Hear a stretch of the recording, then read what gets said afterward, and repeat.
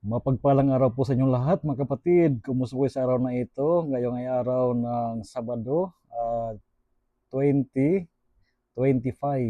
Sa araw na ito, pinagdiriwang simbahan ang kapistahan ng pagbabalik loob o pagbabago buhay ni San Pablo, the feast of the conversion of Saint Paul. Sa ating pagdiriwang sa kapistahan na ito ng conversion of Saint Paul, hindi lamang natin pasalamatan ng Diyos at papunan ng Diyos sa pagbabalik loob ni San Pablo sa lahat sa mga napakagandang nagawa niya sa pagpalaganap na pananampalataya kay Kristo.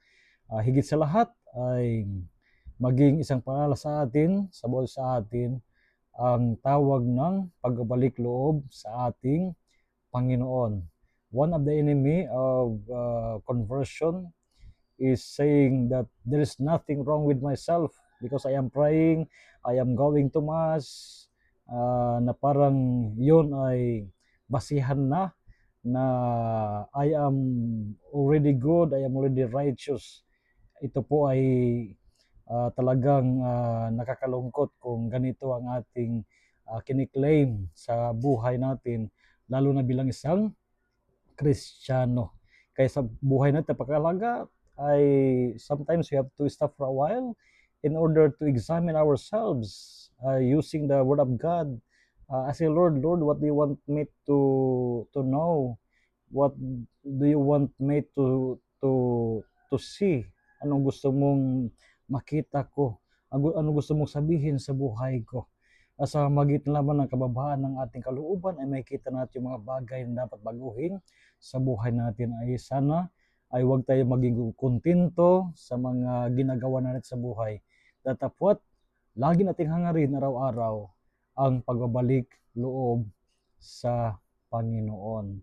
Kaya napakahalaga ang examination of conscience, no? Napakahalaga kababaan ng kalooban upang sa gayon ang pagbabago ng ating kalooban ay talagang maging realidad, maging sa katotohanan sa buhay natin. Kaya hingin sa Panginoon araw-araw ang biyaya ng pagbabago ng ating kalooban. Tularan natin ang ating mahal na Birhen Maria, ang kanyang kababaan ng kalooban. At atin rin hingin ang intercession ni Saint Paul na naway sa buhay natin ay maging bukas ang ating buhay sa tawag ng Diyos ng pagbabagong buhay, ng pagbabalik loob sa Kanya. So again, a blessed day sa inyong lahat. May Lord may protect you and grant all the blessings that you need, especially as you continue to grow in your faith as Christians. God bless you all.